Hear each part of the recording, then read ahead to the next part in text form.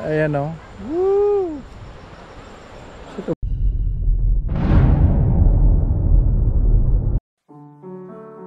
Good morning mga be and bro. It's your bro Joe Bro. And it's a beautiful rainy Sunday morning. And we are on our way to Florida Blanca, Pampanga. First time ng grupo namin na mag-bike to Pampanga. Dahil ang usual na napupunta namin, Rizal, Cavite, Bulacan. Time check, 5 AM and we are here at Monumento. We left LRT Gilmore at 4 AM. Ngayon nandito pa na kami dahil may mga na-flatan ng gulong.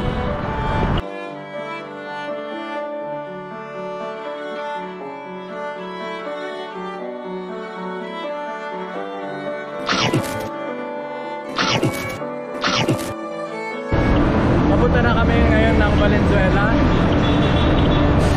Dadaanan namin ang General MacArthur Highway. Time check 6 AM at nandito pa lang po kami sa Malanday, Valenzuela. Biglang buhos po kasi ang ulan kaya tumilong at nagpatilang muna kami dito. Ayan. Tinanggap ko na mababasa na ako. Tanggapin na lang natin. Ito lumalakas. SM Marilao. Marilao na? Oh, bilis natin ah. Bilis natin to. Huwag na tayong pagkasinan. Oo sabagay, mas gusto ko to kaysa yung araw eh. Oo. Sakto yung pagkabit ko mudguard. Kagabi ko lang yan nilagay. Kaya di ko na check na may ulan pa na ngayon.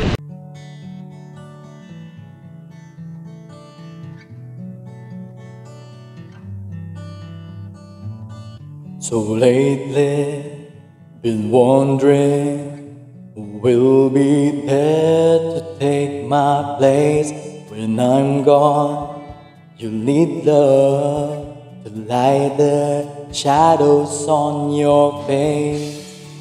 If a great weight shall fall and fall upon us all, and between the sand and stone, could you make it on your own? Time check 7 AM at nandito na po kami sa Bukawi, Bulacan. Naghihintay po kami dun sa iba dahil nagkaiwalay kami. Yan, malakas po yung ulan. Kasama ko si Derek, Rick, saka si JR. Dahil pa rin nagbibisikleta kahit umuulan. Hello, nandito kami sa may barangay hall ng Binyang. Kung may flyover kang makikita, nasa tapat kami ng barangay hall ng Binyang. Naligo na po kami. Nandito pa lang po kami sa may Bukawi, Bulacan. Yan, lakas po kasi ng ulan. Kompleto na po ulit ang grupo. Okay, larga. So yun guys, wala po ako makita dahil sa salamin ko. Dapat nag-contact lens na pala ako ngayon. Pero okay lang, kagandahan pag umuulan. Hindi na kailangan mag-sunblock. Hindi na rin kailangan mag-water break. Woo! Woop, woop! Dahil libre na ang tubig. Mukhang malinis naman siya. Manamis-namis yung tubig. If I could, then I would. I'll go wherever you will go. Way up high or down low. I'll go wherever you will go. And poof, it became Coco Crunch. Ayan po, punong-puno ng Nescafe 3-in-1 yung kalsada. Toot toot! Kotse!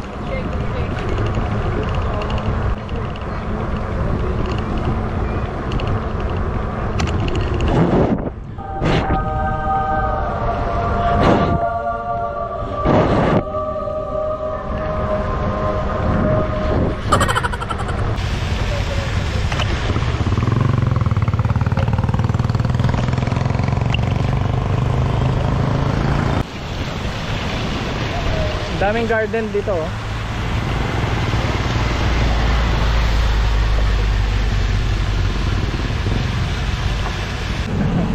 City of Malolos na oh. Woo! Time check 8 AM at nandito na po kami ngayon sa Malolos, Bulacan. Kain po muna kami ng almusal sa Malolos Public Market. Hanap kami ng karinderya. Hanap kami ng karinderya sa Malolos. Wash out! Shout out po sa mga taga South Sembo. Wash out and cut out! Mga taga South Sembo, ang mga nagbabike, ingat po. Baby, they'll find out the way to make it back someday. To watch you, to guide you through the darkest of your days. If a great wave shall fall upon us all, well, I hope there's someone out there who can bring me back to you. Time check 9 AM at nandito na po kami sa Malolos Public Market. Dito po kami kakain ng almusal. Yan, maraming mga kainan dyan. Masarap po yung fresh lumpia dito kay Linas Refreshment. Dadaan po kami ng Barasoin Church para magpicture lang saglit. Then tutuloy na kami ng Santa Rita, Pampanga. Okay, tapos na po kami kumain at hinihintay lang po namin na ma-patch yung butas ng gulong ni Kuya Bong. Yan. Ang ano natin ay si Mike ang nag-ayos. Dr. Mike! Si Dr. Mike, doktor ng mga bisikleta. Konting ihip na lang at didikit na po niya ang patch. Alauna, alas 2. Uy! Papunta po kami ng Barasoin Church para sumaglit. Parang maze itong town proper ng Malolos. Ang daming paliko-liko. Maliligaw ka talaga dito kung hindi ka magtatanong. Arriving at Barasoin Church. Paparating na sa Barasoin Church. Naging malaking parte ng kasaysayan ng Pilipinas ang Malolos, lalo na ang Barasoin Church, dahil dito ang nagsilbing tagpuan ng mga ilustrado ng kontra Espanya at kontra imperialismo. Dito din pinangunahan ni Emilio Aguinaldo ang pagtatakda ng unang kongreso ng Pilipinas at ang pagbabalangkas ng unang konstitusyon ng Pilipinas, also known as the Malolos Constitution, na naging daan upang tuluyang makalaya Pilipinas sa Espanya. If I could, then I would. I'll go wherever you will go, way up high or down low. I'll go wherever you will go. Run away with my heart, run away with my hope, run away with my love. Time check 10:45 at nandito na po kami sa Kalumpit, Bulacan. Ang Kalumpit ay pinangalan sa isang uri ng puno na matibay at kilala ang Kalumpit sa kanilang longganisa.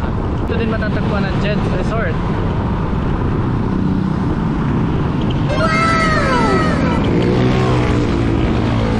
Pero temporarily closed.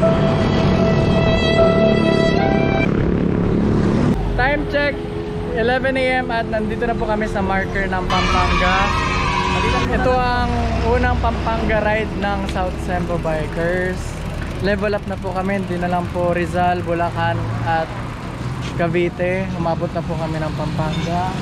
11:10 na po at nandito pa rin po kami sa arko ng Pampanga. Medyo natagalan kami dito dahil may dalawang gulong kaming pinapatch. Ayan po. Buti na lang po nandito si Ate Nancy. Ayan. Meron siyang benta kaninang kwek-kwek na ubos na namin. Tapos buko juice. Ayan, maganda yung pwesto niya kasi nasa arko siya. Daming nagpapapicture dito ng mga bikers. Ayan. Sa arko ng Pampanga. Anong highway ito? MacArthur Highway. Napakahaba ng MacArthur Highway hanggang mula Bulacan pa yun eh. Kanina pa po binabagtas sa tanay na ano, buruahan, wala na to. Yung tanay, no? Kasama kasi natin si Jesus noon. Send help po. Send help. Nandito po kami sa Arco ng Pampanga sa MacArthur Highway. Ayan. Ano, meron pa? Si Jojo, si Mike, Ayusin mo na. si Bong, si Jerson. Wala eh. Si Mike ulit ang aming doktor. Si Mike ang doktor ng bike. Pang-apat na niyang customer po.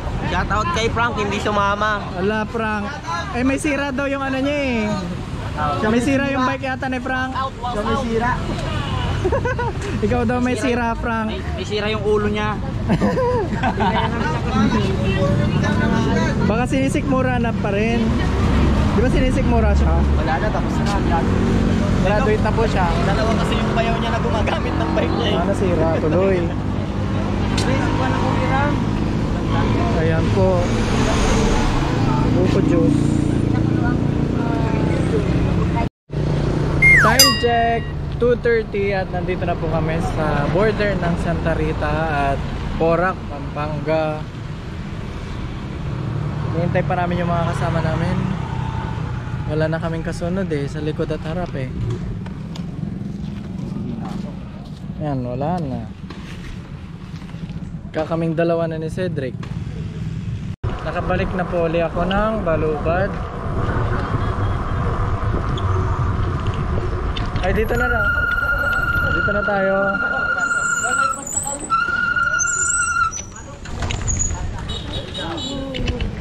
Nakarating na po kami sa bahay ni Kapitan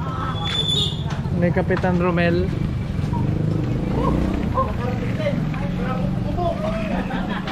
Success! Parating din. 107 kilometers. 100 lang sa akin, sakto eh. Okay, galing. Usually 107 na yan. Yun na yung buong ano namin eh. Buong ride natin eh, di ba? Time check 4:30 na. Tapos na po kaming nag-late lunch sa bahay ni Kapitan Romel. Ngayon naman ay pupunta na po kami ng Palacol River. Ayan, dito po yung factory ng McKinney. Makikita niyo po yung factory ng McKinney. Yan, factory ng McKinney yan. Time check 5 PM and we are on our way to Palacol River. So try namin umabol. I know now, just quiet out. My life and love might still go on. In your heart, in your mind, I'll stay with you for all of time. If I could, then I would. I'll go wherever you will go. Way up high or down low, I'll go wherever you go.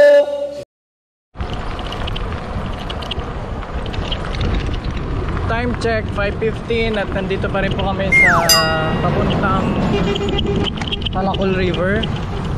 Umalis kami ng Manila at 4 AM at hanggang ngayon ay nagbabike pa rin po kami. Mas maaga siguro kami makarating dito kung hindi kami nagkaroon ng mga aberya, may mga naflatan. So siguro mga 3 hours din yung oras na kinubol namin sa pag-ayos ng mga bisikleta, ng mga naflatan. Okay, 5:30 at nakarating na po kami sa Palacol River. After ilang hours na tayo? 13 hours of biking. Nakarating na po kami. Yan. Worth it naman, lalo dun sa malayo kitang-kita yung bundok. Ginabi lang kami. Pero maganda siya. Ayan o. Woo! If I could turn back time, I'll go wherever you will go. If I could make you mine, I'll go wherever you will go.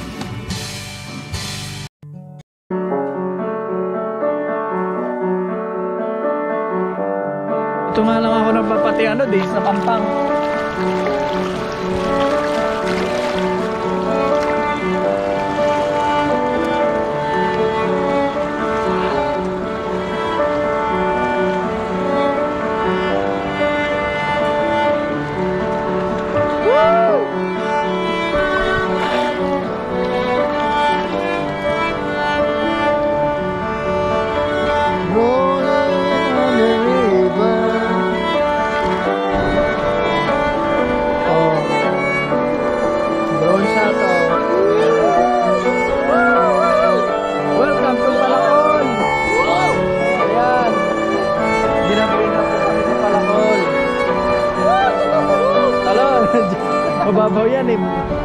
Mabilis po yung alon.